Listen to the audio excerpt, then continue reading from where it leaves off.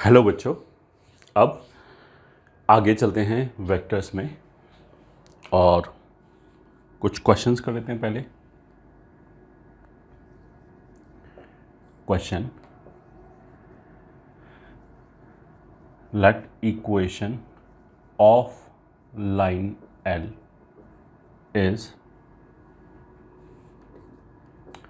R is equals to I plus J minus K plus lambda times 2I minus 2J plus K, then find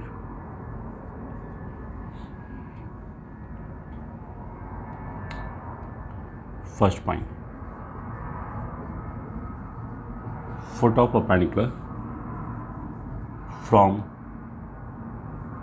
a point capital A with position vector I plus J plus 2K. Second point, find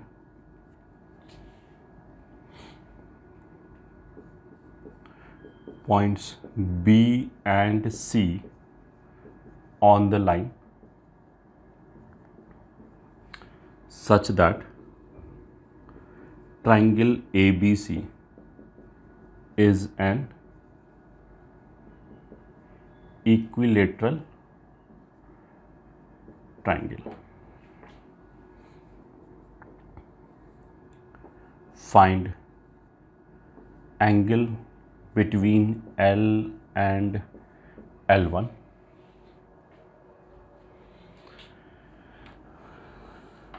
Find angle between L and L1 if L1 is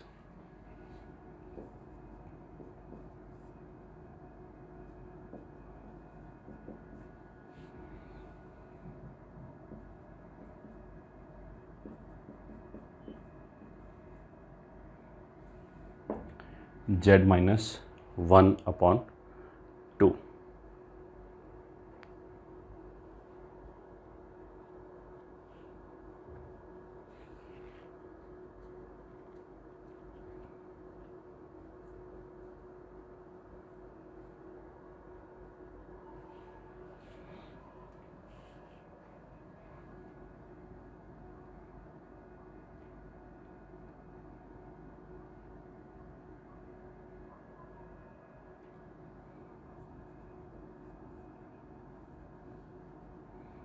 Fourth,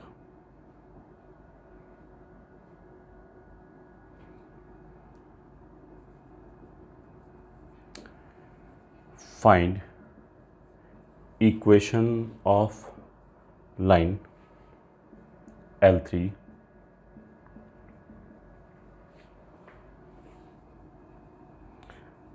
passing through A and intersecting L at 90 degree.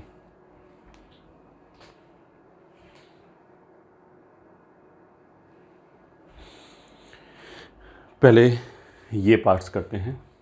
सबसे पहले उसने क्या बोला कि एक line L है, ठीक है, और जिसके ऊपर ये एक पॉइंट होगा 1, 1, -1, तो इस पॉइंट को हमने B बोल दिया, 1, 1, -1 और 2, -2, 1, ये इसके पैरेलल एक डायरेक्शन हो गया 2, -2, 1। फर्स्ट पार्ट में क्या बोला है कि एक पॉइंट A है एंड दैट इज़ 1, 1, 2, यहाँ से हमने परपेंडिकुलर ड्रॉप किया, फुट ऑफ परपेंडिकुलर मान लिया N है, तो हमें फुट ऑफ परपेंडिकुलर चाहिए। फुट ऑफ परपेंडिकुलर चाहिए मतलब उसका मतलब क्या है कि हमें N के कोऑर्डिनेट्स चाहिए इफेक्टिवली। तो हम कैसे करेंगे, लेट N का पोजीशन वेक्टर मान लिया। अब जैसा हमने लास्ट लेक्चर में बोला था कि अगर लाइन के ऊपर कोई भी पोजीशन वेक्टर मानना होगा तो हम इसी फॉर्मेट में मानेंगे लैम्डा की किसी वैल्यू के लिए। तो लेट N इज, उसी को मान लिया, ऐसे करके लिख सकते हैं 1, 1, -1 प्लस मान लिया लैम्डा की वैल्यू लैम्डा 1 के लिए we are getting this point -2, 1। अब इन दोनों को मिला के ऐसे भी ले सकते हैं 1 प्लस 2 लैम्डा 1, फिर 1 और ये -2 लैम्डा 1 कॉमा -1 प्लस लैम्डा 1। ये एक पॉइंट आ गया इस लाइन के ऊपर। अब अगर ये परपेंडिकुलर है तो जो ये वाला वेक्टर है एन ए वेक्टर जो है that should be perpendicular to this vector 2, -2, 1। This implies an A का मतलब क्या है, एन में से ए घटा दिया, मतलब एन में से 1, 1, 2 घटा दिया, तो एन ए वेक्टर कितना हो जाएगा, ए के पोजीशन वेक्टर में से, या ए एन वेक्टर दोनों एक ही बात है वैसे, चलो ए एन लिख लिया, ए एन क्या हो जाएगा, एन के पोजीशन वेक्टर में से ए का पोजीशन वेक्टर सब्ट्रैक्ट कर दिया।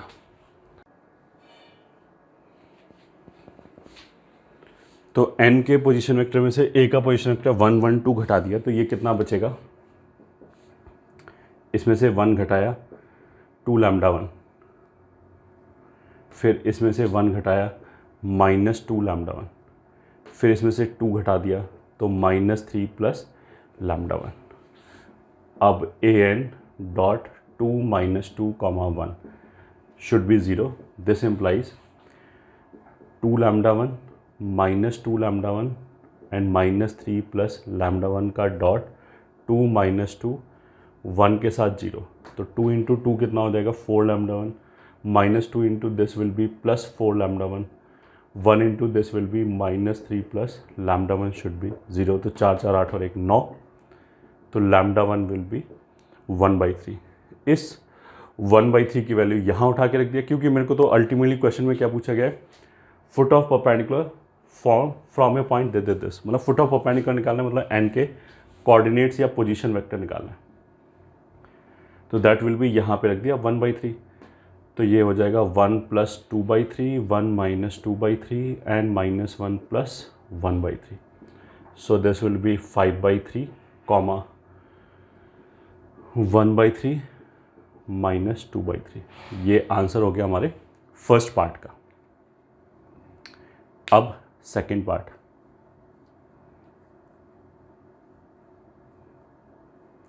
सेकंड पार्ट में क्या पूछा है, find points B and C on the line such that triangle A B C is an equilateral triangle.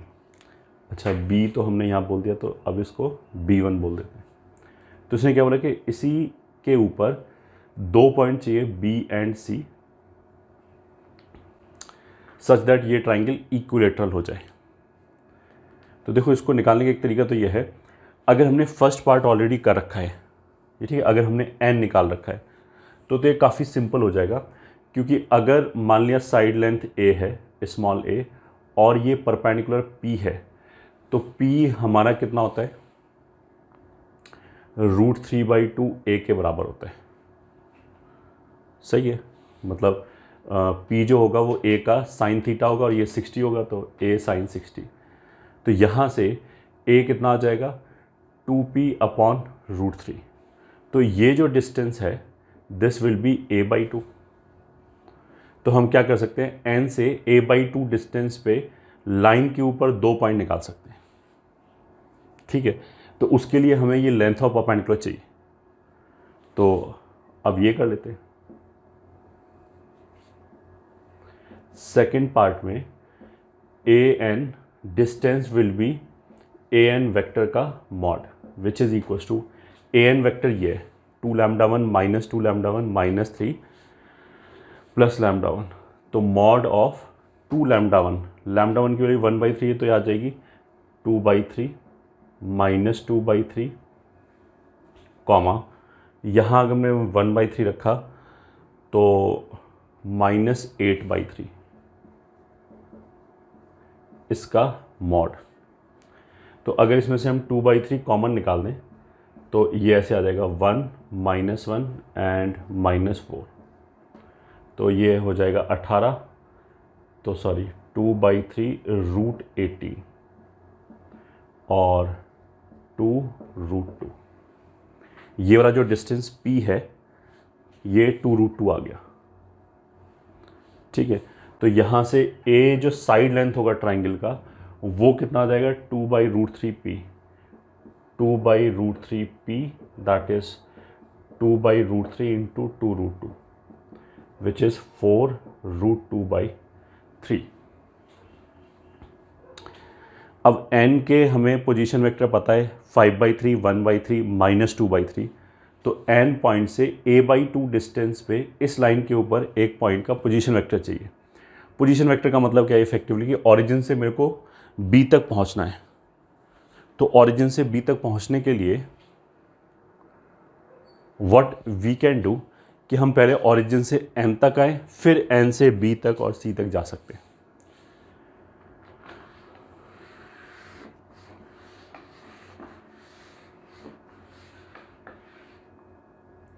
n क्या था?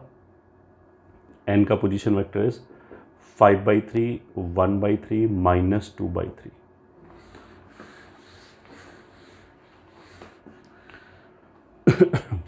ठीक है, अब हमने ये डिस्टेंस निकाल लिया। तो position vector of b, c will be n vector, मतलब ऑरिजिन से n तक पहुंचे n का position vector plus minus a/2 distance. ये ठीक है, ये जो डिस्टेंस एक के लिए प्लस आ जाएगी, एक के लिए माइनस आ जाएगी, और इसके अलोंग यूनिट वेक्टर निकाल लिया। तो इसका मैग्नीट्यूड 3 है, तो यूनिट वेक्टर हो जाएगा 2/3 -2/3 1/3। ठीक है, तो हमने क्या किया, इसके अलोंग यूनिट वेक्टर निकाला, उसको अगर हमने a/2 डिस्टेंस से मल्टीप्लाई किया तो इतने लेंथ का एक वेक्टर आ जाएगा। ठीक है, अब मान लें यहाँ ऑरिजिन है, तो ऑरिजिन से n तक गए ये वेक्टर आ गया, फिर n से c तक गए तो nc वेक्टर आ गया। तो ये वाला जो पार्ट है वो बेसिकली प्लस के साथ लिया तो इस डायग्राम के हिसाब से nc आ जाएगा, माइनस के साथ लिया तो nb आ जाएगा। तो अब इसमें वैल्यूज रख दी, this will be 5/3, 1/3, -2/3 plus minus a/2। तो a/2 यहाँ से हो जाएगा 2√2/3, 2/3 -2/3 1/3। तो दिस विल बी, अगर हमने प्लस साइन लिया तो 5 + 4√2, sorry 5/3 upon 4√2/3√3 comma 1/3 minus 4/3√2/3 comma -2/3 and ये आ जाएगा प्लस 2/3√2/3। एक पॉइंट तो ये आ गया, एंड 5/3 एक बार माइनस ले लिया तो -4/3√2/3 कॉमा 1/3 प्लस 4/3√2/3 -2/3 -2/3√2/3। ये आंसर आ गया। So these will be points B and सी।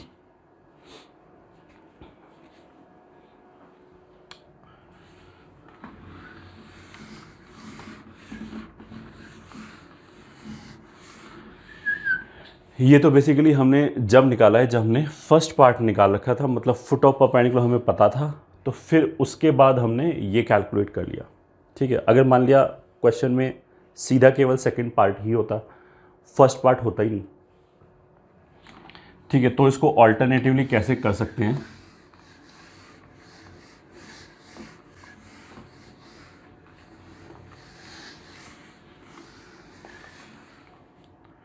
वो सुन लिया। सेकंड, मान लिया यहाँ पे एक ए पॉइंट दे रखा है विच इज़ पॉइंट ए था 1 1 2, इसके ऊपर एक पॉइंट दे रखा है 1 1 -1। ठीक है, इक्विलेटरल ट्राइंगल चाहिए तो कुछ ऐसे हमें बी और सी चाहिए। ये जो लाइन के पैरेलल डायरेक्शन है दैट इज़ 2 -2 1, ये हो गया। अगर हमें डायरेक्टली सॉल्व करना होता तो हम ऐसे करते, ये हो गया 60 डिग्री। बी तो इस लाइन के ऊपर एक पॉइंट है, तो हमने पहले कई बार बोल दिया अब तो कि लाइन के ऊपर अगर हमें पॉइंट चाहिए तो हम लाइन की इक्वेशन से ही लैम्डा का कोई पर्टिकुलर वैल्यू अज्यूम करके, क्योंकि लाइन के ऊपर हर पॉइंट के लिए लैम्डा का अलग अलग वैल्यू आएगा, तो बी के लिए भी कुछ आएगा वैल्यू लैम्डा का, सी के लिए भी कुछ आएगा। तो अल्टीमेटली पॉइंट निकालने का मतलब क्या है कि मेरे को लैम्डा की वैल्यू निकालनी है उस पर्टिकुलर पॉइंट के लिए। तो हमने बी को मान लिया लैम्डा की किसी वैल्यू के लिए आ जाएगा, तो यही लैम्डा का वैल्यू लैम्डा रख लिया, मतलब लैम्डा 1 रखने का जरूरत नहीं है, लैम्डा 1 लैम्डा ही मान लिया हमने। तो एक्स कोऑर्डिनेट कितना हो जाएगा 1 प्लस 2 लैम्डा, वाई कोऑर्डिनेट हो जाएगा 1 माइनस 2 लैम्डा, जेड कोऑर्डिनेट हो जाएगा -1 प्लस लैम्डा। ये पोजीशन वेक्टर बी का मान सकते हैं कि लैम्डा की वैल्यू लैम्डा के लिए इससे मिल जाएगा। तो इन दोनों में एक्स वाई जेड एक साथ लिख दिया, तो ये हो गया। अच्छा, बी और सी दोनों एक जैसे पॉइंट है कि ये भी 60 डिग्री बनाना है इस लाइन के साथ और ये भी 60 डिग्री बनाना है। तो ऐसे केस में हमें सी अलग से मानने की जरूरत पड़ेगी नहीं।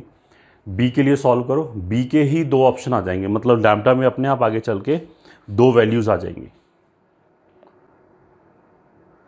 अब वो 2 वैल्यूज़ कैसे भी आ सकता है, हो सकता है आगे चल के क्वाड्रेटिक बने, या ऐसा भी हो सकता है कि आगे चल के कोई मॉड लगा रखा हो, मॉड हटाएं प्लस माइनस से 2 वैल्यूज़ आ जाएं।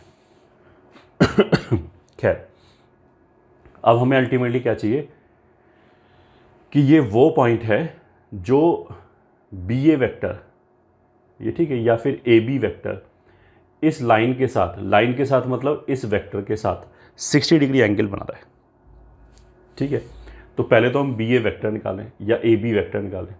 ए बी बराबर बी के पोजीशन वेक्टर में से ए घटा दिया, तो इसमें से अगर ए घटा देंगे तो आ जाएगा 2 लैम्डा माइनस 2 लैम्डा, इसमें से ये घटा दिया तो लैम्डा -3, ये आ जाएगा। ये हो गया A B vector. Now A B vector and 2 - 2 1, इन दोनों के बीच में contain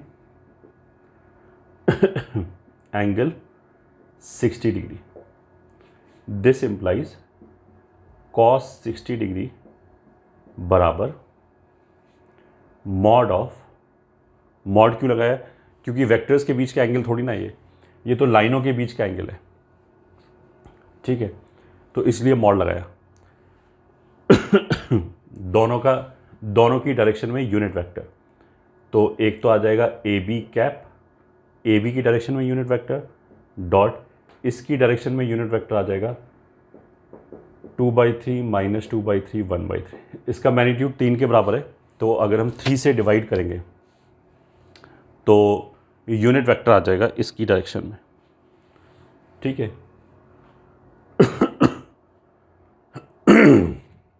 so this will imply cos 60 is equal to half is equal to mod A B का मैग्नीट्यूड, ए बी वेक्टर तो मतलब ये हो जाएगा 2 lambda minus 2 lambda comma lambda -3 dot 2 - 2 1 upon A B का मैग्नीट्यूड हो जाएगा इसी का 4 lambda square plus 4 lambda square plus lambda -3 का होल स्क्वायर, और इसका मैग्नीट्यूड 3 है। ये हो गया। ठीक है, तो क्रॉस मल्टीप्लाई कर लिया, स्क्वायरिंग कर लिया, तो 3 इधर जाके तो हो जाएगा 9/4। इसका जो स्क्वायरिंग आएगा वो आएगा 4 lambda square plus lambda square -6 lambda plus 9 is equal to, अब डॉट प्रोडक्ट, तो 2 और 2 कितना आ जाएगा 4 lambda plus 4 lambda plus lambda -3, that is 4 4 8 और 1 9 लैम्डा -3, और इधर कितना आ जाएगा 9/4 टाइम्स 4 लैम्डा स्क्वायर 4 4 8 और 1 9 लैम्डा स्क्वायर -6 लैम्डा प्लस 9 बराबर 3 टाइम्स 3 लैम्डा -1। तो 1 3 को तो कैंसिल ही कर सकते हैं। तो ये हो गया 27 लैम्डा स्क्वायर -18 लैम्डा और प्लस 18 इज इक्वल टू ये वाला 4 इधर जाके 12 लैम्डा -4, सबको इधर ले आए तो आ जाएगा 27 lambda square -30 lambda plus 22 is equal to 0। provided we have not committed any mistake, and we have committed one mistake. जब इसको इधर ले जाके हमने स्क्वायरिंग किया तो इसका भी स्क्वायर होगा, इसका भी स्क्वायर होगा, तो ये स्क्वायर हो जाएगा और ये 9 हो जाएगा। 9 हो जाएगा तो ये पूरा ही कैंसिल हो जाएगा।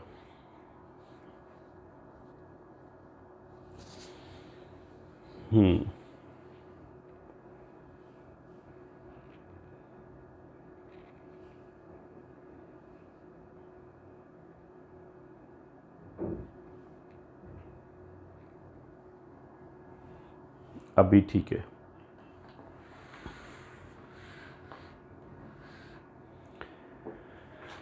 सो this will B 9 lambda square minus 6 lambda plus 1, तो 4 into 9 lambda square minus 9 lambda.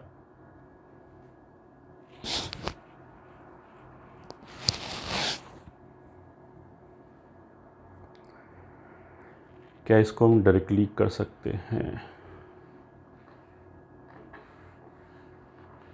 Just 1 minute. Calculation easy करने का सोच रहे हैं, मतलब ये हो जाएगा 4 टाइम्स 3 लैम्डा माइनस 1 का स्क्वायर इज इक्वल टू, इन दोनों में प्लस 1 ऐड कर दें तो 3 लैम्डा माइनस 1 का होल स्क्वायर प्लस 8 ऐसे आ जाएगा शायद।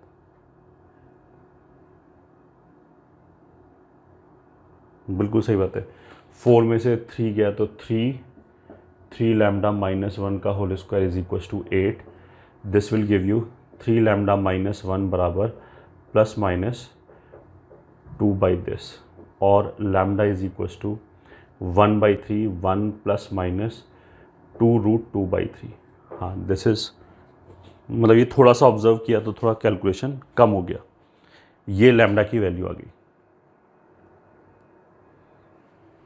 अब ये जो लैम्डा की वैल्यू है, अल्टीमेटली मेरे को क्या चाहिए? पॉइंट बी चाहिए। तो ये जो लैम्डा की वैल्यू है ये यहाँ पे रख दिया, एक बार प्लस वाला और एक बार माइनस वाला, तो एक बार बी आ जाएगा, एक बार सी आ जाएगा। तो प्राइमरी आइडिया वाज दिस। अगर बाई चांस आंसर मैच नहीं हो रहा है जो हमने पहला मेथड लगाया और इससे, तो कहीं कैलकुलेशन मिस्टेक होगा, that you can find, but idea ऐसे करेंगे ऐसे। ठीक है, तो इस लैम्डा को उठा के यहाँ रखो and hopefully answer will match. So ये हो गया हमारे फर्स्ट 2 पार्ट।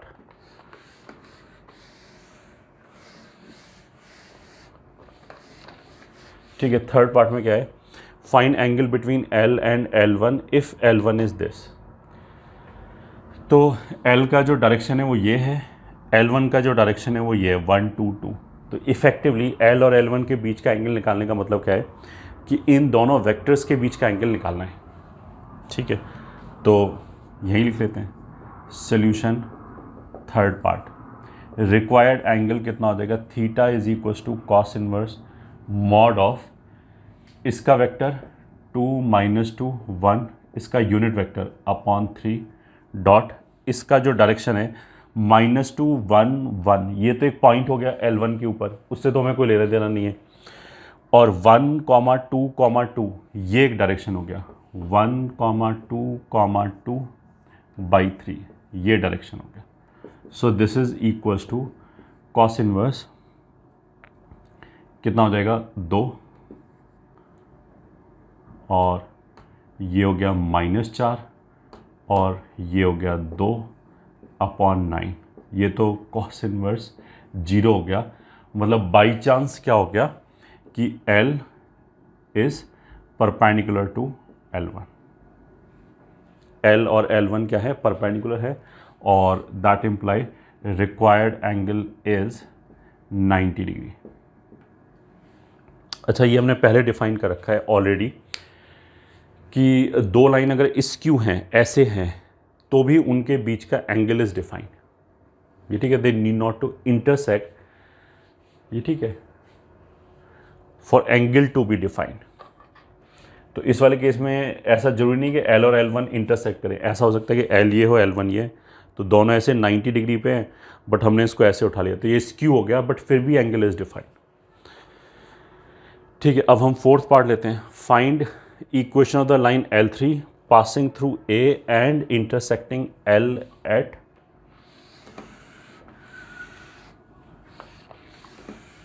Ninety degree.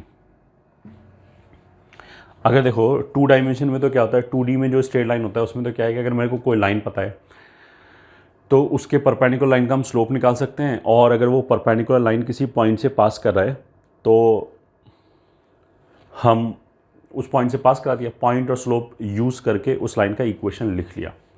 यहाँ पे 3D में क्या दिक्कत है कि अगर मैंने बोला कि ये लाइन दे रखा है और इसके परपेंडिकुलर लाइन, तो इसके परपेंडिकुलर लाइन का जो स्लोप है वो आएगा ही नहीं, ये ठीक है, या फिर उसके पैरेलल जो वेक्टर है वो डायरेक्टली आएगा ही नहीं, क्योंकि इसके परपेंडिकुलर ऐसे करके अगर ये 90 डिग्री है तो अगर मैं इसको ऐसे घुमाऊँ, ये ठीक है, ये तो इनफाइनाइट लाइन्स हैं, ठीक है।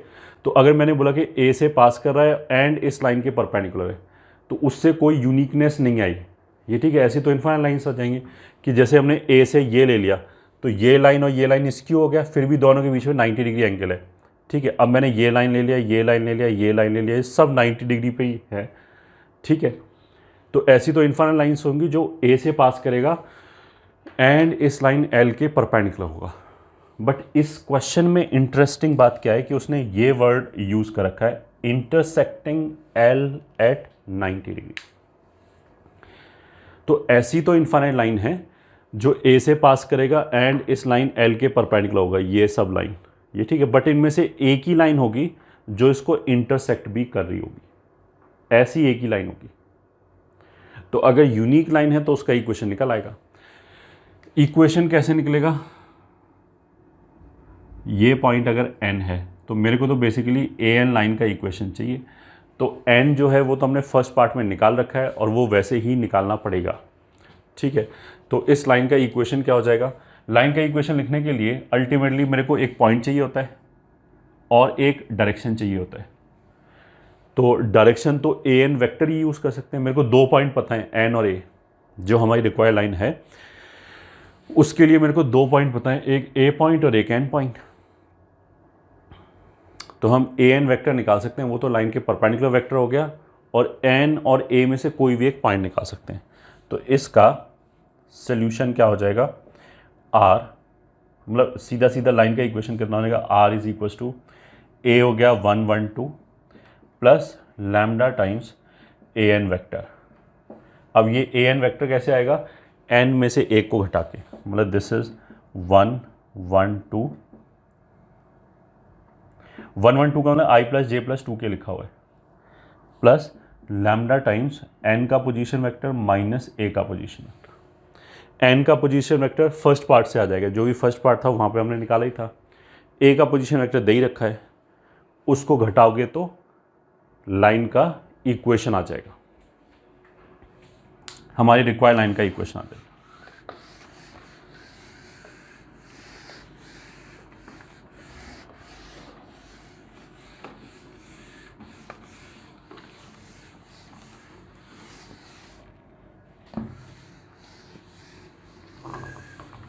अगर इसने ये वर्ड यूज़ नहीं किया होता कि passing through A and intersecting L at 90 degree, ये ठीक है, इंटरसेक्टिंग वर्ड यूज़ नहीं किया होता तो हमारा आंसर यूनिक नहीं होता, फिर तो हमारे इनफाइनाइट आंसर्स आ जाते हैं, ठीक है। तो ऑफकोर्स ऐसा क्वेश्चन पूछा ही जाएगा। आगे चलते हैं।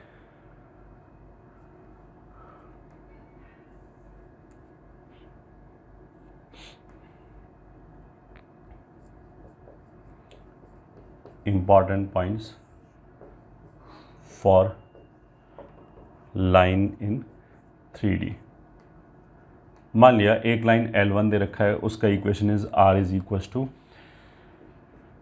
A plus lambda B, and एक लाइन L2 दे रखा है, R is equal to C plus, देखो अगर हमने लैम्डा डी लिख दिया तो इस लैम्डा और इस लैम्डा में कोई डिफरेंस नहीं है, सॉरी कोई रिलेशन नहीं है, ये अलग लैम्डा, ये अलग लैम्डा, ये अलग पैरामीटर है, ये अलग पैरामीटर है। तो चलो इसको म्यू बोल दिया ताकि कन्फ्यूज़न ना हो। ये तो हो गया वेक्टर इक्वेशन। अगर इसको मान लिया 3D में लिखना होगा तो ये कुछ ऐसे लिखा होगा, x minus A one upon B one, x minus A two upon B2 बराबर x minus A3 upon B3, ठीक है। And each of these ratio will be equals to lambda. ये ऐसे लिखा होगा x माइनस, सॉरी x कहाँ से आ गया, y z, यहाँ पे भी y z। तो अगर पॉइंट C है तो ये हो जाएगा C1 C2 C3, अगर ये D है तो हो जाएगा D1 D2 D3। तो मतलब ऐसा भी हो सकता है कि 3D के फॉर्म में लाइन दे रखा हो, वेक्टर की फॉर्म में लाइन दे रखा हो, तो we can switch any time vector से 3D में, 3D से वेक्टर में at the blink of an eye. ये ठीक है, तो अगर ऐसे लिख रखा है तो उसको ऐसे ही लिख सकते हैं। अब देखो हम क्या क्या करेंगे। First point, angle between L1 and L2। तो इस पे बेसिस पे हमने ऑलरेडी एक क्वेश्चन सॉल्व कर लिया है, बट फिर भी बराबर थीटा बराबर cos inverse mod B cap dot D cap. जो इनकी डायरेक्शंस हैं उनके बीच में जो एंगल होगा वो एंगल आएगा, इर्रिस्पेक्टिव ऑफ कि ये दोनों लाइन क्या कर रहा है, इंटरसेक्ट कर रहा है नहीं कर रहा है, उससे कोई फ़र्क ही नहीं पड़ता, ये आंसर आ जाएगा।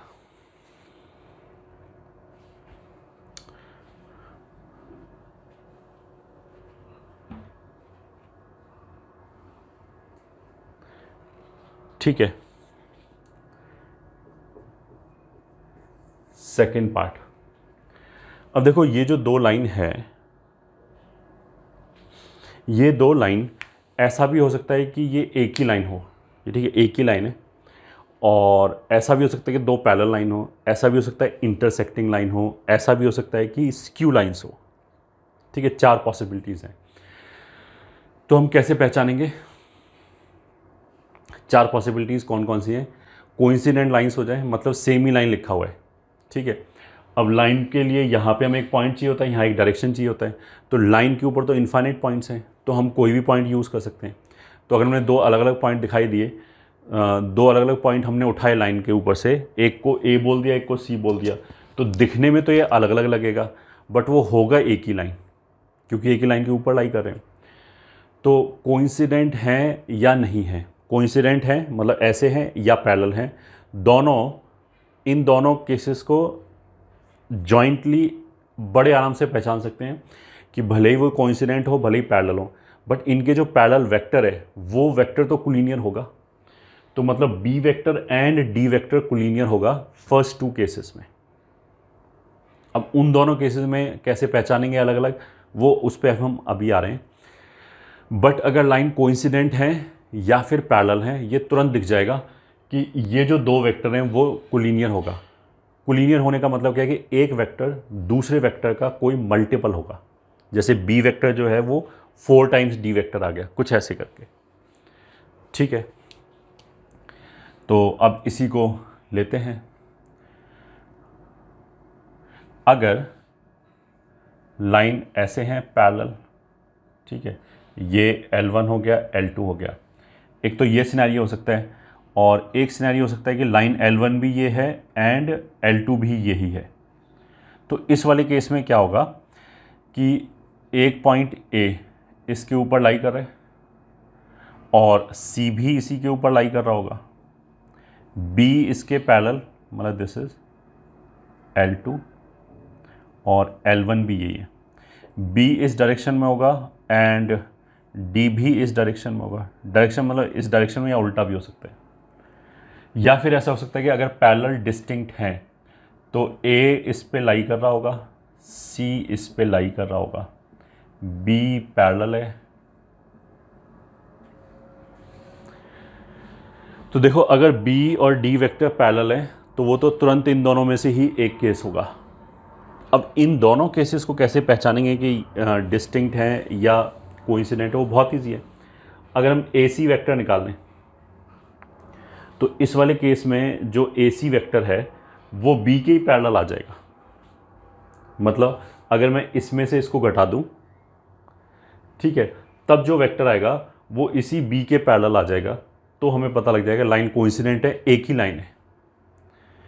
अगर वो वेक्टर B के पैरेलल ना आए तो उसका मतलब क्या है कि लाइन पैरेलल एंड डिस्टिंक्ट है।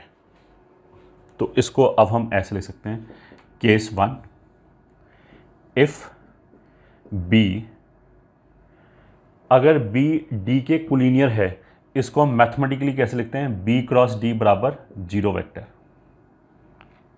मतलब इसको हम चेक करने के लिए, ये देखने के लिए कि बी और डी कोलिनियर है या नहीं, हम बी क्रॉस डी कैलकुलेट नहीं करेंगे, वो तो तुरंत दिख जाएगा कि वेक्टर के जो कंपोनेंट का रेशियो है वो सेम होना चाहिए, क्रॉस प्रोडक्ट की जरूरत नहीं पड़ती है।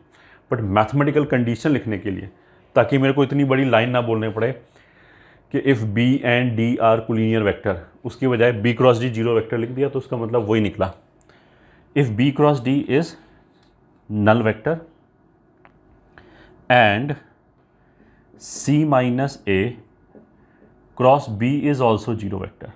मतलब C माइनस A जो वेक्टर आया वो भी अगर B के पैरेलल आ जाए, देन लाइन्स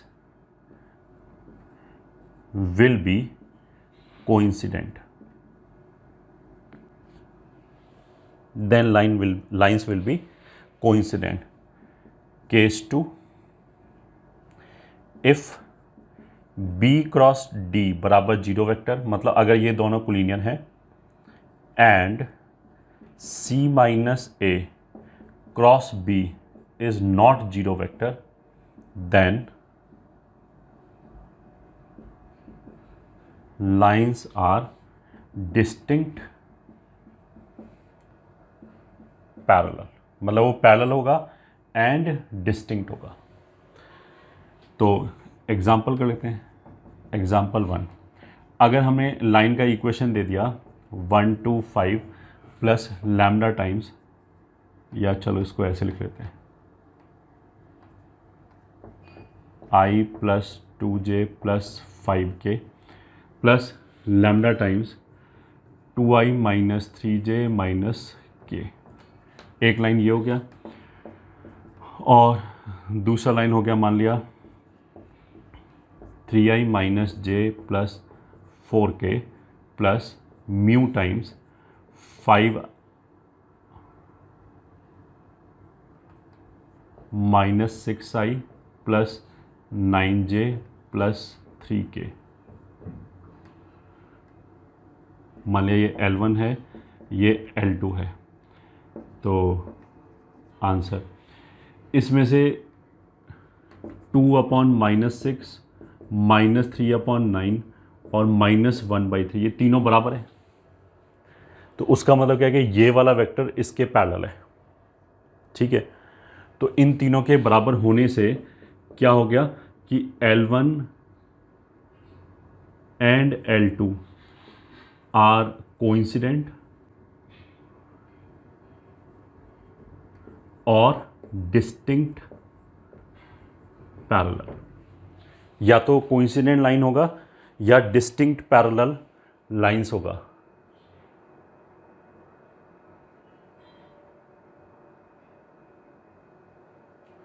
ठीक है, अब उसके बाद हमने क्या किया, इसमें से इसको घटाया, तो C माइनस ए वेक्टर कितना आया, 3 में से 1 गया 2, 1 में से 2 गया -3, कॉमा कॉमा 4 में से 5 गया -1, ये आ गया। अब ये वेक्टर तो एग्जैक्टली बी वेक्टर ही आ गया। वैसे इसका कोई भी मल्टीपल आए तो चलेगा, पैरेलल होना चाहिए। तो दिस इज, ये ठीक है, it is collinear with B vector. This implies, ये इसी केस में पॉसिबल है जब C माइनस ए वेक्टर जो होगा, ये C माइनस ए वेक्टर जो होगा वो B के कोलिनियर है। तो इस वाले केस में this implies lines are coincident. ठीक है, एग्जाम्पल 2 में अगर हमने मान लिया लाइन L1 को ऐसे लिख लिया, इस बार 3D में लिख लेते हैं।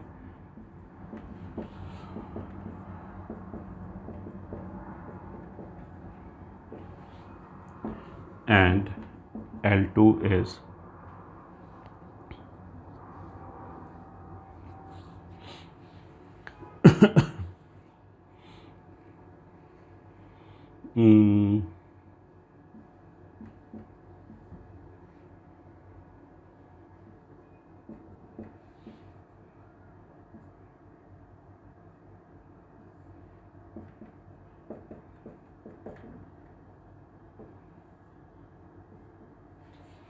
L2 इज दिस, मान लिया। तो पहले तो हम L2 को इसके प्रॉपर फॉर्म में लिखेंगे, x माइनस ऊपर नीचे 2 से डिवाइड किया तो ये 2 हो गया, यहाँ ऊपर नीचे 3 से डिवाइड किया तो ये -3 हो गया, और ये z माइनस 1/1 हो गया। तो अब ये जो वेक्टर है 2 - 3 1 2 - 3 1 ये सेम हो गया। तो उसका मतलब क्या है, लाइंस या तो डिस्टिंक्ट पैरेलल होगा या फिर कोइंसिडेंट होगा। ठीक है, अब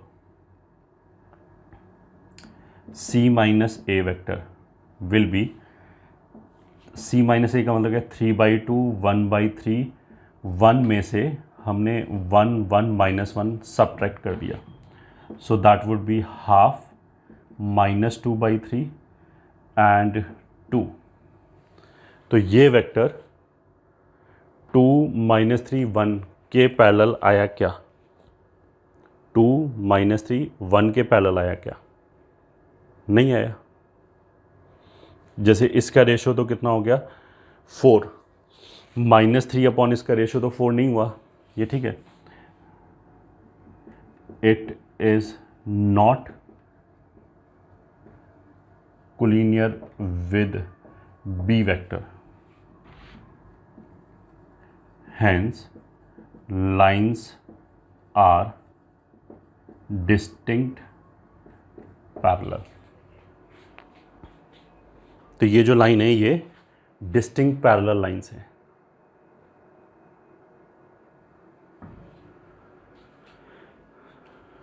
ठीक है,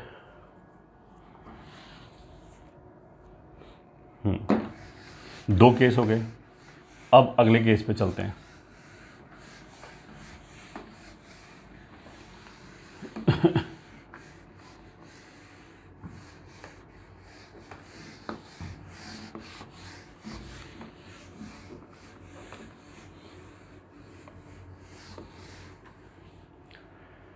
पहले केस में तो हमने क्या बोला था कि अगर B क्रॉस D 0 हो जाए, मतलब अगर B vector and D vector collinear vectors हो जाएं, तो या तो लाइन डिस्टिंक्ट पैरेलल होगा या फिर कोइंसिडेंट होगा।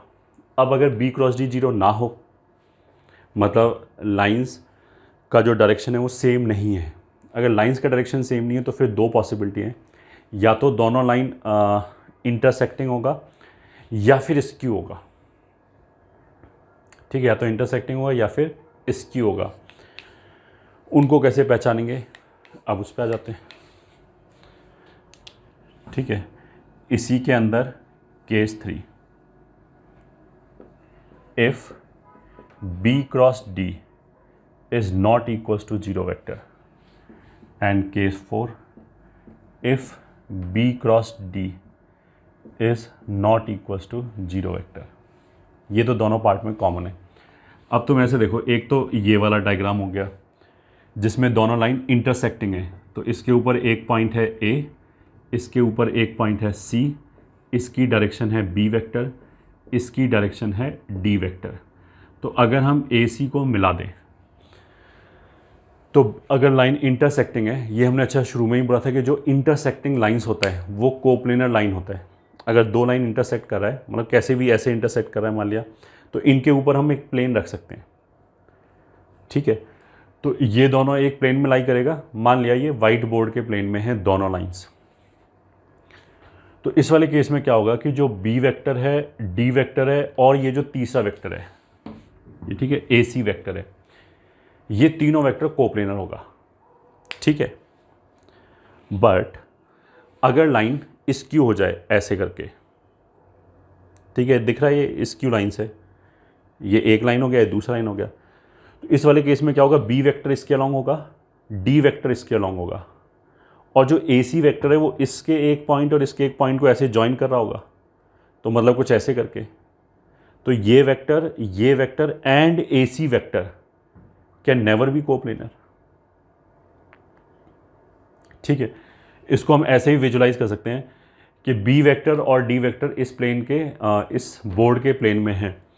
अगर मैं इस लाइन को थोड़ा सा ऐसे ऊपर उठा लूँ तो B की डायरेक्शन तो चेंज हुआ नहीं, B और D तो अभी भी इस बोर्ड के प्लेन में वेक्टर फ्री वेक्टर होता है, उसको ट्रांसलेट कर सकते हैं। तो अगर मैं इस लाइन को ऐसे उठा लूँ तो उससे क्या होगा कि लाइंस स्क्यू हो जाएगा, बी वेक्टर और डी वेक्टर तो अभी भी बोर्ड के प्लेन में रहेगा, बट ऐसे करने से जो ये ए सी वेक्टर आएगा वो ऐसे तिरछा वेक्टर आ जाएगा, वो बोर्ड के प्लेन में नहीं आ सकता। तो हम यहाँ से पहचान सकते हैं कि एक तो जो दो लाइंस हैं इनका जो डायरेक्शन है वो, एंड तीसरा जो ये पॉइंट दे रखा है इनको घटा के हमने एक तीसरा वेक्टर बना लिया। अगर ये तीनों वेक्टर कोप्लेनर हैं तो लाइंस इंटरसेक्टिंग है, अगर ये कोप्लेनर नहीं है तो लाइंस आर नॉट इंटरसेक्टिंग। ठीक है, कोप्लेनर है या नहीं है ये कैसे पता लगेगा? बॉक्स प्रोडक्ट से। तीन वेक्टर अगर कोप्लेनर होगा तो उनका बॉक्स 0 होना चाहिए। तो अब हम इसके आगे ये लिख सकते हैं, एंड ये तीनों वेक्टर कोप्लेनर है, इसको हम कैसे लिखेंगे? बॉक्स में C minus A vector, B vector, D vector is equals to 0, then L1 and L2 are intersecting lines। ये ठीक है, एंड यहाँ पे क्या लिखेंगे? And C minus A vector, B vector, D vector is not equals to 0, then L1 and L2 are skew lines. ये हो गया।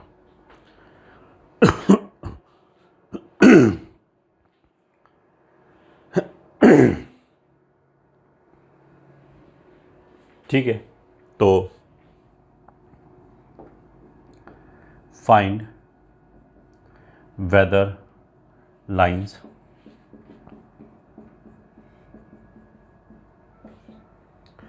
Lambda times 2i plus 2j plus 3k and L2, ये L1 है, and L2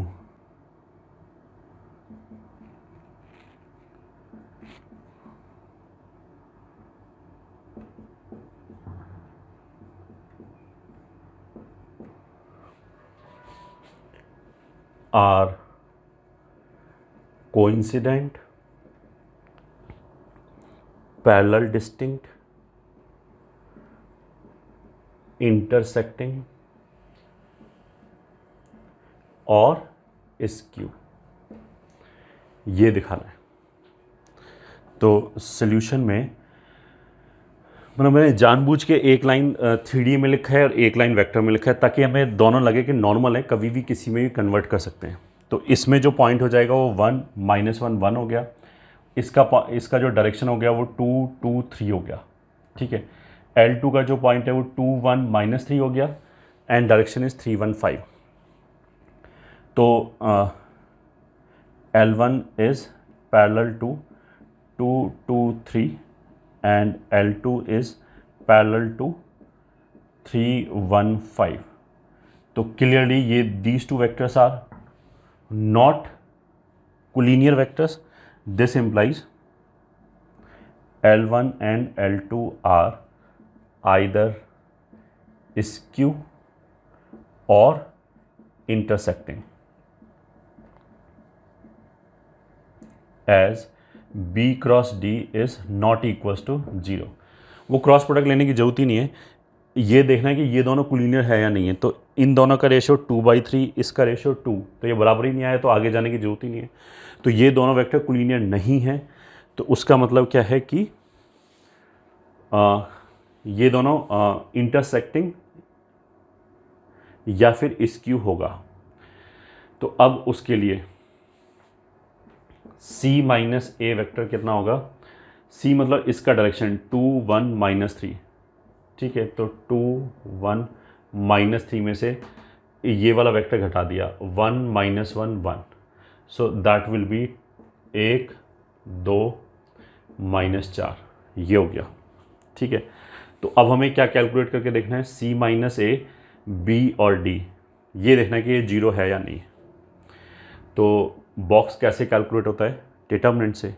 तो C minus ए हो गया 1 2 -4, और इसका डायरेक्शन हो गया 2 2 3, इसका डायरेक्शन हो गया 3 1 5, ये देखना है।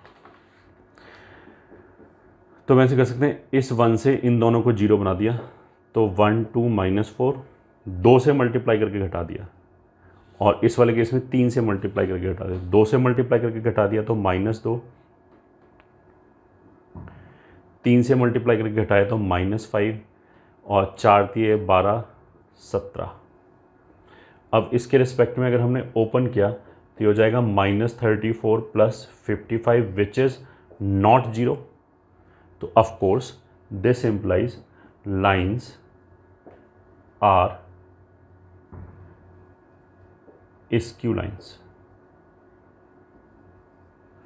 Lines are skew lines.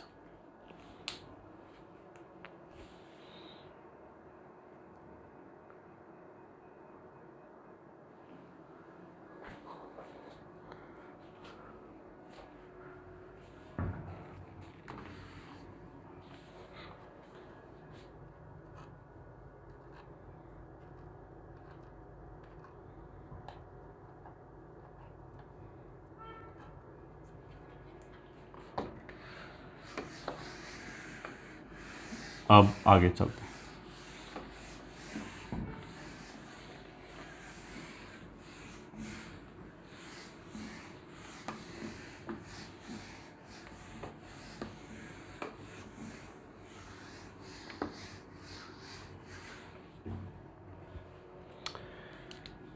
Point 3 is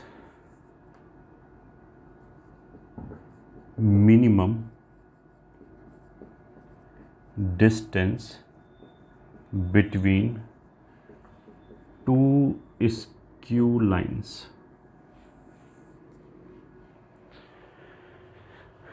ऐसे देखो कि मान लिया इनमें से एक लाइन ये है L1, जिसके ऊपर एक पॉइंट A है एंड डायरेक्शन B वेक्टर है। दूसरी लाइन जो है वो ये है, इसके ऊपर एक पॉइंट C है and direction is D vector. अब देखो, ध्यान से देखो, ये डॉटेड हमने क्यों बनाया, उसका मतलब है दिस इज नॉट विजिबल। क्यों भाई ये विजिबल क्यों नहीं है? इसलिए नहीं है कि ये लाइन तो L1 हो गया, ठीक है, वो तो इस बोर्ड के प्लेन में हो गया। ये जो लाइन है ये बेसिकली ऐसे जा रहा है, ऐसे तिरछा जा रहा है, तो जब बोर्ड को जिस पॉइंट पे कट करा है उसके पीछे का तो लाइन हमें दिखाई नहीं देगा, इसीलिए डॉट प्रोडक्ट है, सॉरी डॉट प्रोडक्ट नहीं है, इसीलिए डॉटेड लाइन है, ठीक है। तो ये तिरछा लाइन ऐसे जा रहा है अंदर, बोर्ड के अंदर ऐसे जा रहा है, इसीलिए यू कैन सी कि this is not point of intersection, these are skew lines. मतलब ये ऐसे हो गया, एक लाइन तो ऐसे है और दूसरा इसके अंदर ऐसे जा रहा है, तो ये तो स्क्यू लाइन्स हो गया। तो इसको डॉटेड बनाने का मतलब क्या है कि ये स्क्यू लाइन्स हैं। अब इसमें क्या है कि अगर मैंने एक पॉइंट इस लाइन पे लिया, दूसरा पॉइंट इस लाइन पे लिया, अगर मैंने इस पॉइंट को चेंज किया और इस पॉइंट को चेंज किया, मान लिया P हमने फर्स्ट लाइन पे लिया और Q हमने L2 पे लिया, दो पॉइंट लिए P और Q, ठीक है, कुछ भी मतलब ऐसे लेते हैं। मान लिया ये पॉइंट मान लिया P है और ऐसे ही ये L2, ये पॉइंट मान लिया Q है। तो इस डिस्टेंस की बात करें, अगर हमने PQ को चेंज किया तो we will get different distance. तो इन दोनों लाइन के बीच में मैक्सिमम डिस्टेंस कितना आएगा, तो वो तो इन्फिनिट आ जाएगा। हम Q को यहीं पे पकड़े रखें और P को लेके हम इन्फिनिटी की तरफ चले जाएं L1 के ऊपर, तब तो जो PQ डिस्टेंस है वो इन्फिनिट आ जाएगा। तो maximum distance does not exist, ठीक है, गुड। फिर मिनिमम डिस्टेंस क्या है, तो मिनिमम डिस्टेंस आ जाएगा कुछ ना कुछ, ठीक है। लाइन ऐसे करके स्क्यू है तो 0 तो आएगा नहीं, अगर इंटरसेक्टिंग है तो मिनिमम डिस्टेंस 0 आ जाएगा। अगर लाइन ऐसे स्क्यू है तो फिर नहीं आएगा, ठीक है। फिर कैसे आएगा, तो एप्लीकेशन ऑफ डेरिवेटिव चैप्टर में हमने ये पढ़ा था कि दो कर्व्स के बीच का जो मिनिमम डिस्टेंस होता है वो कॉमन नॉर्मल पे मिलता है। ये हमने एप्लीकेशन ऑफ डेरिवेटिव में पढ़ा था कि दो कर्व्स के बीच का जो मिनिमम डिस्टेंस है वो उनके कॉमन नॉर्मल पे मिलता है, ठीक है। तो यहाँ पे भी L1 और L2 के बीच का जो डिस्टेंस है वो उस लाइन के अलोंग मिलेगा जो L1 और L2 दोनों पे ही परपेंडिकुलर है। तो L1 की डायरेक्शन में वेक्टर B वेक्टर है, L2 की डायरेक्शन में D वेक्टर है। तो जो इन दोनों पे परपेंडिकुलर होगा वो B और D पे भी परपेंडिकुलर होगा। अब अगर हमें कोई डायरेक्शन चाहिए जो B पे भी परपेंडिकुलर हो, D पे भी परपेंडिकुलर हो, तो ऑफ कोर्स हम दोनों का क्रॉस लेंगे, B क्रॉस D। तो B क्रॉस D जो होगा वो दोनों पे परपेंडिकुलर होगा। ठीक है, तो हमने क्या किया, लाइंस दे रखा है तो B और D दे रखा है, तो हमने क्या किया, B क्रॉस D डायरेक्शन निकाल लिया। ये ठीक है, ये मान लिया B है, ये D है, B क्रॉस D कुछ डायरेक्शन आ जाएगा ऐसे दोनों के परपेंडिकुलर, ये इसके ही परपेंडिकुलर, इसके ही परपेंडिकुलर। इसको अगर हमने इस लाइन पे रख के ऐसे चलाया तो ये दिख रहा है कि केवल एक पोजीशन ऐसे आएगी जब ये दोनों लाइन को कट करेगा। उसके बाद अगर ये ऐसे आगे ले जाएं तो ये इस लाइन को कभी कट ही नहीं करेगा। तो हमने क्या किया, इस लाइन पे रख के, इस वाली लाइन पे रख के इस वेक्टर को जो भी B क्रॉस D का डायरेक्शन आया ऐसे चलाया, और जब ये इसने ऊपर वाली लाइन को कट किया वहीं रुक गए। तो उसका मतलब क्या है कि there is unique set of point, one on this such that कि उनको ज्वाइन करने वाली line will be perpendicular to both the lines. मतलब इसके ऊपर एंड इसके ऊपर एक यूनिक सेट ऑफ पॉइंट्स आएगा, मान लिया वो N1 और ये N2 है, जिसको अगर हमने ज्वाइन किया तो वो दोनों लाइन के परपेंडिकुलर होगा। ठीक है, तो ये जो डायरेक्शन है this will be B cross D, it will be perpendicular to B cross D।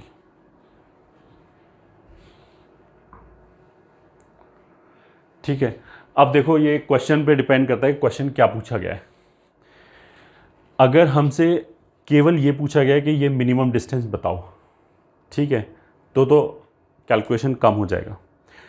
अब हो सकता है क्वेश्चन में ये पूछे कि इस लाइन का इक्वेशन बताओ, या वो बोले कि इन पॉइंट्स को बताओ जिनके करस्पॉन्डिंग मिनिमम डिस्टेंस मिल रहा है, तो फिर कैलकुलेशन बढ़ जाएगा। ठीक है, तो पहले तो हम क्या निकालते हैं, केवल मिनिमम डिस्टेंस अगर पूछा गया है और कुछ नहीं पूछा गया तो वो कैसे निकालेंगे कि ये जो N1 N2 लाइन है ये L1 पे भी परपेंडिकुलर है, L2 पे भी परपेंडिकुलर है। ठीक है, ये कुछ डायग्राम ऐसे करके हो गया कि ये लाइन L1 हो गया, ये N1 N2 हो गया, ये वाली लाइन, ये जो वर्टिकल मार्कर है ये वाला हो गया N1 N2, और तीसरी लाइन मान लिया ऐसे हो गया L2। ठीक है, तो ऐसे जो डायग्राम बना ये, this will B minimum distance. ठीक है, तो व्हाट यू कैन सी, ये ठीक है, अभी इसको एक मिनट के लिए भूल जाओ। ये वाला जो पॉइंट है, ये पॉइंट जो है जहाँ पे ये N1 N2 और ये लाइन इंटरसेक्ट कर रहा है वो ऑफकोर्स N1 है। ये ठीक है, we are talking about this point N1। अब देखो ये पूरी एक लाइन ऐसे जा रही है N1 N2, मतलब ऐसे पूरी लाइन जा रही है। अगर मैंने इस लाइन के ऊपर मतलब L1 के ऊपर कोई भी पॉइंट लिया और उस पॉइंट से इस लाइन के ऊपर, इसको चलो हम L3 बोल देते हैं, L3 के ऊपर एक परपेंडिकुलर ड्रॉप किया, मतलब एक लाइन है L3 ऐसे जा रही है जो इसको कट कर रहा है, किसी भी पॉइंट से परपेंडिकुलर ड्रॉप किया तो वो ऑफकोर्स N1 पे आके गिरेगा। तो अगर मैंने इस पॉइंट से L3 पे परपेंडिकुलर ड्रॉप किया तो वो यही पॉइंट है फुट ऑफ परपेंडिकुलर, और कहीं से ड्रॉप किया यही आएगा। तो कहने का मतलब क्या है कि L1 के ऊपर किसी भी पॉइंट से परपेंडिकुलर ड्रॉप करो ऑन लाइन L3, ये ठीक है, on this line L3, foot of perpendicular will always be N1, foot of perpendicular हमेशा N1 आएगा। फिर एग्जैक्टली सेम लाइन में L2 के ऊपर किसी भी पॉइंट से परपेंडिकुलर ड्रॉप करो on L3, foot of perpendicular will be N2। ये ठीक है, अब मुद्दे की बात पे आते हैं कि अगर मान लिया मैंने A और C को ज्वाइन किया, ये ठीक है, A और C तो पता होगा। अगर मैं बोलूं कि AC का हमने लाइन L3 पे प्रोजेक्शन निकाला, तो अगर मान लिया ये कोई लाइन जा रहा है ऐसे पूरा इन्फिनिटी तक और ऐसे कोई AC है, ये कोई भी वेक्टर है, इसका प्रोजेक्शन चाहिए, वेक्टर है या लाइन सेगमेंट है, तो हम क्या करेंगे, A से परपेंडिकुलर ड्रॉप करेंगे इसके ऊपर, C से परपेंडिकुलर ड्रॉप करेंगे। ये ठीक है, ये स्क्यू होगा तो भी परपेंडिकुलर तो ड्रॉप हो ही जाएगा, ये समझ में आता है। एक पॉइंट से एक लाइन के ऊपर परपेंडिकुलर ड्रॉप हो जाएगा। जब हमने बोला ना कि इससे परपेंडिकुलर ड्रॉप किया मतलब ये ए हो गया, ये सी हो गया, ये ए, ये सी, ये लाइन L3 मान लिया। तो ए से अगर हमने परपेंडिकुलर ड्रॉप किया तो तुम ए सी को पूरा भूल जाओ एक मिनट के लिए, केवल ए पॉइंट को देखा। ए पॉइंट से इस लाइन पे एक परपेंडिकुलर ड्रॉप हो जाएगा, फुट ऑफ परपेंडिकुलर आ ही जाएगा। फिर ऐसे ही एक मिनट के लिए ए को भूल जाओ, केवल सी पॉइंट को देखो यहाँ पे, तो इससे भी एक परपेंडिकुलर ड्रॉप हो जाएगा। तो अगर हमने ए से परपेंडिकुलर ड्रॉप किया एंड सी से परपेंडिकुलर ड्रॉप किया तो वो N1 N2 ही होगा। ठीक है, तो N1 N2 is nothing but projection of AC vector on this line. Projection ऐसे निकालते हैं, अगर मेरे को किसी भी लाइन सेगमेंट इसका प्रोजेक्शन चाहिए तो इसके एंड पॉइंट से परपेंडिकुलर ड्रॉप कर दो। कहाँ चाहिए प्रोजेक्शन? कहीं पे भी चाहिए। अगर हम बोल दें कि फ्लोर का जो प्लेन है, प्लेन लाइन नहीं, प्लेन के ऊपर प्रोजेक्शन चाहिए तो भी कोई बात नहीं, यहाँ से परपेंडिकुलर ड्रॉप करो, यहाँ से परपेंडिकुलर ड्रॉप करो, 2 फुट ऑफ परपेंडिकुलर मिल जाएंगे, उनको ज्वाइन कर दिया। तो वो जो लाइन सेगमेंट आएगा उसकी जो लेंथ आएगी वो इसका प्रोजेक्शन हो गया ऑन दैट प्लेन। इसका प्रोजेक्शन मेरे को किसी लाइन के ऊपर चाहिए, कोई दिक्कत नहीं है, इन दोनों एंड पॉइंट से उस लाइन के ऊपर परपेंडिकुलर ड्रॉप करो, तो जो फीट ऑफ परपेंडिकुलर्स आएगा उनको ज्वाइन करने वाला जो लाइन सेगमेंट होगा वो प्रोजेक्शन हो जाएगा। तो अल्टीमेटली मेरा गोल क्या था? मेरे को मिनिमम डिस्टेंस निकालना था। ठीक है, तो दोबारा करते हैं सब कुछ एक बार। सबसे पहले हमने क्या बोला कि 2 लाइन है स्क्यू लाइन से। ठीक है, फर्स्ट पॉइंट। सेकंड पॉइंट, एक पॉइंट हमने पहली लाइन पे लिया, दूसरा पॉइंट हमने दूसरी लाइन पे लिया। ठीक है, अब हमने बोला कि इन दोनों पॉइंट्स को ज्वाइन करने वाली लाइन सेगमेंट का लेंथ कितना होगा, उसका डिस्टेंस कितना हो जाएगा। तो वो मान लिया जैसे ये हो गया, पी क्यू हो गया। अगर हम बोलेंगे पी क्यू की मैक्सिमम वैल्यू क्या होगी तो answer is does not exist, क्योंकि वो इन्फाइनाइट की तरफ जाएगी, जितना बड़ा डिस्टेंस लाना चाहे ला सकते हैं। फिर हमने बोला कि पी क्यू का मिनिमम डिस्टेंस कितना होगा, तो वो आ जाएगा। ठीक है, अब कैसे आएगा उसके लिए हमने कैलकुलस यूज़ किया। कैलकुलस की एक लॉजिक यूज़ की कि 2 कर्व्स के बीच का जो मिनिमम डिस्टेंस आता है या जो मैक्सिमम डिस्टेंस आता है वो कॉमन नॉर्मल के अलॉन्ग आता है, तो इस वाले केस में मिनिमम आएगा। तो उससे हमें पता लगा कि जो भी मिनिमम डिस्टेंस वाले पॉइंट होंगे उनको अगर हम ज्वाइन करेंगे तो वो L1 और L2 दोनों के परपेंडिकुलर होगा। L1 के परपेंडिकुलर होने का मतलब क्या है? B के परपेंडिकुलर। L2 के परपेंडिकुलर होने का मतलब क्या है? कि वेक्टर D के परपेंडिकुलर। तो जो भी मिनिमम डिस्टेंस वाला लाइन होगा वो B और D दोनों के परपेंडिकुलर होगा। अगर B और D दोनों के परपेंडिकुलर होगा तो B क्रॉस D के अलॉन्ग होगा। ठीक है, B क्रॉस D के अलॉन्ग होगा। अब B क्रॉस D के अलॉन्ग होगा मतलब इस डायरेक्शन में होगा। फिर हमने ये शो किया कि अगर हम B क्रॉस D डायरेक्शन लेके एक लाइन के ऊपर चलाएं तो वो दूसरी लाइन को ऐसे करके एक ही बार कट करेगा। मतलब दूसरी लाइन ऐसे है तो जब इसको ऐसे चलाएं तो ये एक ही बार कट करेगा। उसका मतलब क्या है? There will be a unique set of point N1 and N2 जिनको ज्वाइन किया तो वो B1 और B2 दोनों के परपेंडिकुलर होगा। अब मिनिमम डिस्टेंस निकालने का मतलब क्या है कि मेरे को N1 N2 डिस्टेंस चाहिए, यही मिनिमम डिस्टेंस है दोनों लाइन के बीच का। वो हमने कैसे निकाला? वो हमने बोला कि लाइन 1 के ऊपर एक पॉइंट A दे रखा है, लाइन 2 के ऊपर एक पॉइंट C दे रखा है, उनको ज्वाइन किया। अगर मैं AC का प्रोजेक्शन निकालूं ऑन लाइन L3 तो वही मिनिमम डिस्टेंस होगा। अब प्रोजेक्शन कैसे निकालेंगे? तो वो हमने डॉट प्रोडक्ट में पढ़ा रखा है कि अगर एक वेक्टर का इस लाइन पे प्रोजेक्शन निकालने का मतलब क्या है कि इस वेक्टर पे प्रोजेक्शन निकालना, B क्रॉस D पे प्रोजेक्शन निकालना। प्रोजेक्शन निकालने के लिए हमने बोला था कि अगर किसी वेक्टर का दूसरे वेक्टर पे प्रोजेक्शन निकालना है, दूसरे वेक्टर की डायरेक्शन में प्रोजेक्शन का लेंथ निकालना है, तो व्हाट वी कैन डू, जिस डायरेक्शन में निकालना है उसके यूनिट वेक्टर के साथ डॉट ले लिया। तो अगर मेरे को इसका प्रोजेक्शन निकालना है तो ये वेक्टर हो गया C माइनस ए, B क्रॉस D की डायरेक्शन में निकालना है तो B क्रॉस D के यूनिट वेक्टर के साथ डॉट प्रोडक्ट ले लिया। मतलब B cross D upon mod B cross D, ये यूनिट वेक्टर हो गया, इसके साथ डॉट ले लिया तो हमारा मिनिमम लेंथ आ जाएगा। तो अगर हमें केवल लेंथ निकालना है वो तो हम इस तरीके से निकाल सकते हैं। बट अगर हमें N1 N2 पॉइंट भी चाहिए, पॉइंट चाहिए मतलब उनका कोऑर्डिनेट पूछे, पोजीशन वेक्टर पूछे या लाइन L3 की इक्वेशन पूछे, तो फिर हमें वो पॉइंट्स निकालने पड़ेंगे। अब वो पॉइंट्स कैसे निकालेंगे?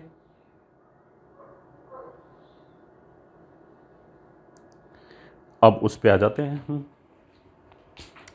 अगर मेरे को n1 n2 पॉइंट चाहिए तो वर्टाइल से n1 को हमने अज्यूम कर लिया। कैसे अज्यूम कर लिया? n1 लाइन L1 के ऊपर लाई कर रहा है, तो L1 के ऊपर लैम्डा की एक वैल्यू के लिए n1 मान सकते हैं, तो a प्लस लैम्डा बी को मान सकते हैं n1, इसका पोजीशन वेक्टर। ऐसे जो n2 है वो इस लाइन पे लाई कर रहा है, तो म्यू की किसी वैल्यू के लिए n2 भी आ जाएगा, ये वाला पॉइंट, तो उसको हमने म्यू के लिए मान लिया, तो c प्लस लैम्डा डी आ गया। तो इसको घटा लिया तो n1 n2 वेक्टर आ गया। अब इस वेक्टर में क्या खूबी है कि ये b के परपेंडिकुलर है, तो इस वेक्टर का डॉट b के साथ जीरो कर दिया, एक स्केलर इक्वेशन आ गया लैम्डा और म्यू में। फिर ये वेक्टर d के भी परपेंडिकुलर है, तो इस वेक्टर का डॉट हमने d के साथ भी जीरो कर दिया, तो एक दूसरा इक्वेशन आ गया हमारे पास लैम्डा और म्यू में। तो दो इक्वेशन आ गए और दो अननोन है लैम्डा एंड म्यू, तो सॉल्व हो जाएगा। ये पूरा थ्योरी है इसके बिहाइंड। अब इसी को लिखते हैं एक एक करके। बिटवीन टू स्क्यू लाइन्स, तो उसमें फर्स्ट पॉइंट क्या है? Minimum distance between lines will be obtained along common normal, ये ठीक है। hence along B cross D, एक तो ये हो गया फर्स्ट, ठीक है, मतलब इसको 1 ऐसे बोल दिया। फिर second, let n1 and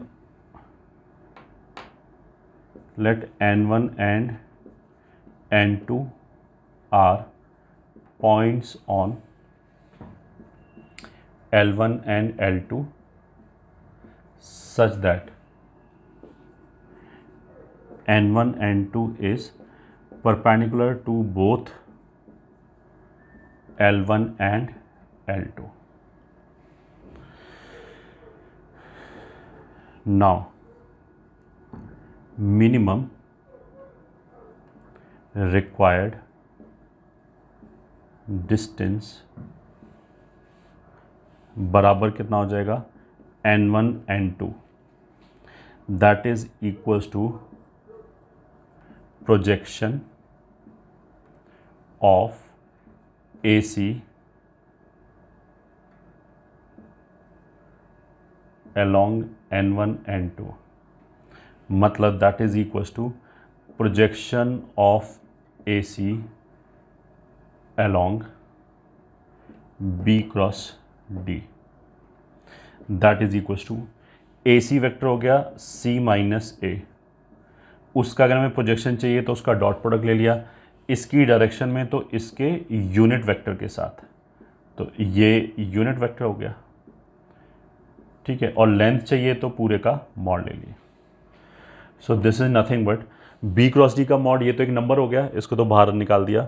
C minus ए एक वेक्टर का डॉट बी क्रॉस डी के साथ, तो ये तो स्केलर ट्रिपल प्रोडक्ट हो गया, तो इसको तो बॉक्स के फॉर्म में ऐसे भी लिख सकते हैं, C minus A B D upon B cross D, ये हो गया।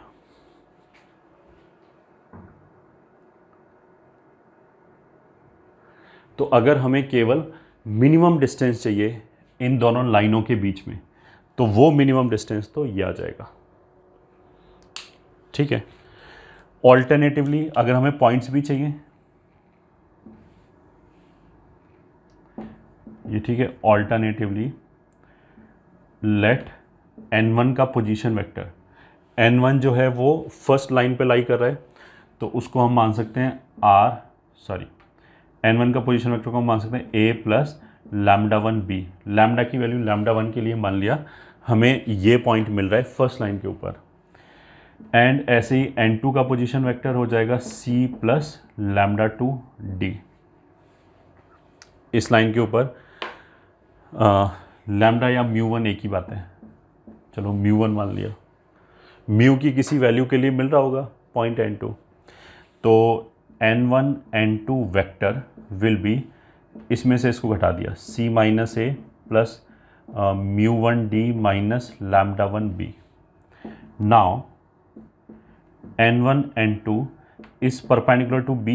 This implies C minus A plus μ1 d vector minus λ1 b vector dot B बराबर 0 वेक्टर होना चाहिए. And N1 N2 vector is also perpendicular to D vector. That will give you C minus A plus mu times या μ1 times d and λ1 times b dot d vector बराबर 0. Dot product लेने से basically क्या है, c dot B, a dot B, d dot B, b dot B, ये numbers आ जाएंगे. तो ये दो रिलेशन आ जाएगी अल्टीमेटली λ1 और μ1 अननोन में दो इक्वेशंस आएंगे, उनको सॉल्व कर सकते हैं, लीनियर इक्वेशंस हैं ये. ठीक है, solve for λ1 and μ1. Hence find N1 N2 vector का मॉड. अगर λ1 और μ1 आ गया तो उनको यहाँ पे रख दिया तो N1 N2 वेक्टर आ गया. N1 N2 वेक्टर आ गया तो उसका मैग्नीट्यूड निकाल लिया और उससे क्या हो जाएगा, N1 N2 डिस्टेंस आ जाएगा, वो ही मिनिमम डिस्टेंस है.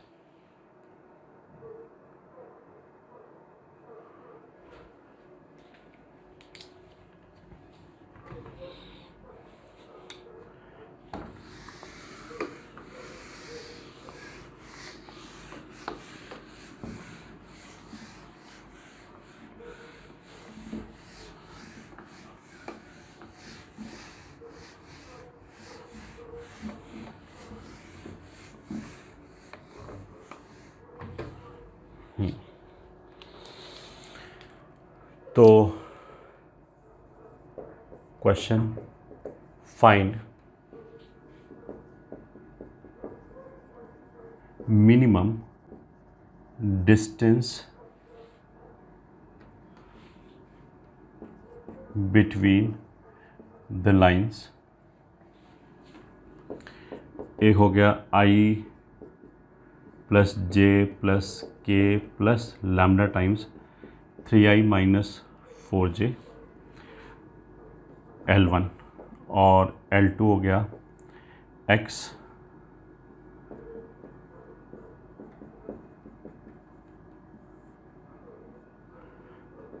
To to 1. ये दो लाइनें, इनके बीच का मिनिमम डिस्टेंस चाहिए. ठीक है, तो मेथड 1 में तो हमने क्या बोला था, अगर केवल मिनिमम डिस्टेंस चाहिए तो वो तो कितना हो जाएगा, ए वेक्टर मतलब इसके ऊपर जो एक पॉइंट है वो हो जाएगा 1 1 1. सी वेक्टर इसके ऊपर जो पॉइंट है वो हो जाएगा 2 2 1 1. पहले वाले का जो डायरेक्शन है बी वेक्टर हो जाएगा 3 माइनस 4 0.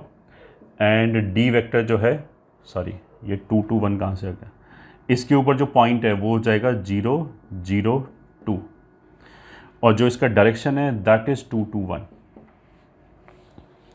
ठीक है, तो हमने क्या बोला था कि ए क्रॉस सी का, sorry C minus A vector का रिक्वायर्ड मिनिमम डिस्टेंस,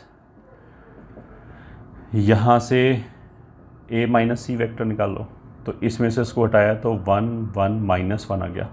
इस वेक्टर का प्रोजेक्शन चाहिए ऑन बी क्रॉस डी. ठीक है, तो ऐसे भी कर सकते हैं, क्रॉस प्रोडक्ट निकाल ही लिया हमने, तो B cross D will be this into this minus this into this, ये हो जाएगा -3, ये हो जाएगा 6 और 8 14, ये आ गया. तो a माइनस सी मतलब इसका प्रोजेक्शन ऑन दिस वेक्टर, तो वो कैसे आ जाएगा, 1 1 माइनस 1 का डॉट निकाल दिया, -4 -3 14 अपॉन, इसके यूनिट वेक्टर पे निकालना है तो 4 square 3 square 14 square. So that is equals to कितना आ जाएगा, -4 -3 -14 upon root over 3 square plus 4 square 5 square मतलब ये 25 हो गया, और ये 196 हो गया, तो 25 प्लस 196, तो 14 और 7 कितना हो जाएगा 21 अपॉन रूट ओवर 221। ये आंसर आ गया। This is the minimum distance between these two lines.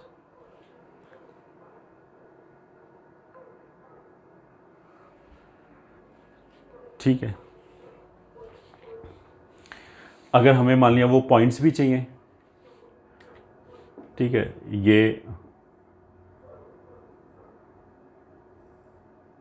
मान लिया ये मिनिमम डिस्टेंस लाइन है, ये N1 है, ये N2 है, ये L1 है, ये L2 है।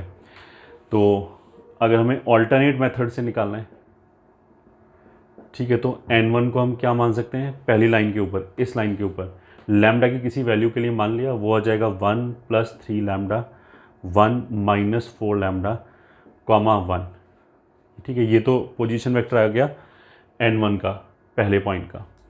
N2 का इसकी तरफ से मान लिया, इसको मान लिया लैम्डा 2 के बराबर बोल दिया, तो x का वैल्यू कितना हो गया 2 लैम्डा 2, 2 लैम्डा 2, एंड ये हो जाएगा 2 + लैम्डा 2। ठीक है, तो N1 N2 वेक्टर कितना हो गया, N2 में से N1 घटा दिया, इसमें से ये घटा दिया, तो आ जाएगा 2 लैम्डा 2 - 3 लैम्डा -1, ये हो जाएगा 2 लैम्डा 2 + 4 लैम्डा, चलो इसको 1 1 लिख देते हैं, 4 लैम्डा 1 -1, दिस माइनस दिस हो जाएगा लैम्डा 2 + 1, ये आ गया।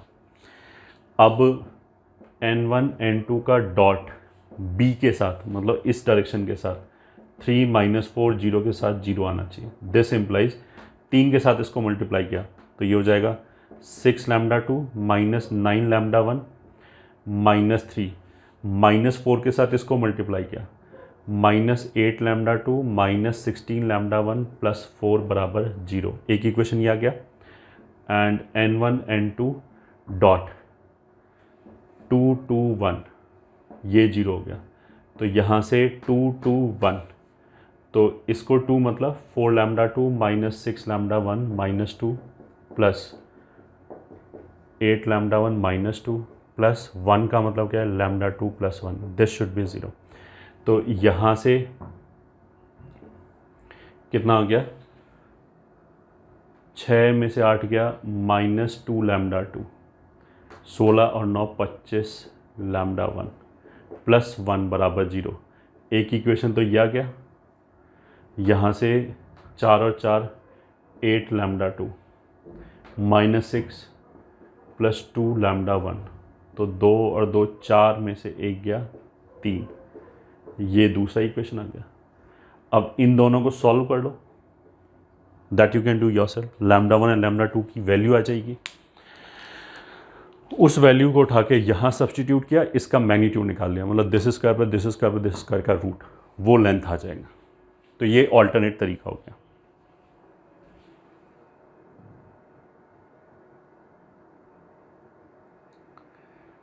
ठीक है, सो दिस वाज इस क्यू लाइंस के बीच का मिनिमम डिस्टेंस।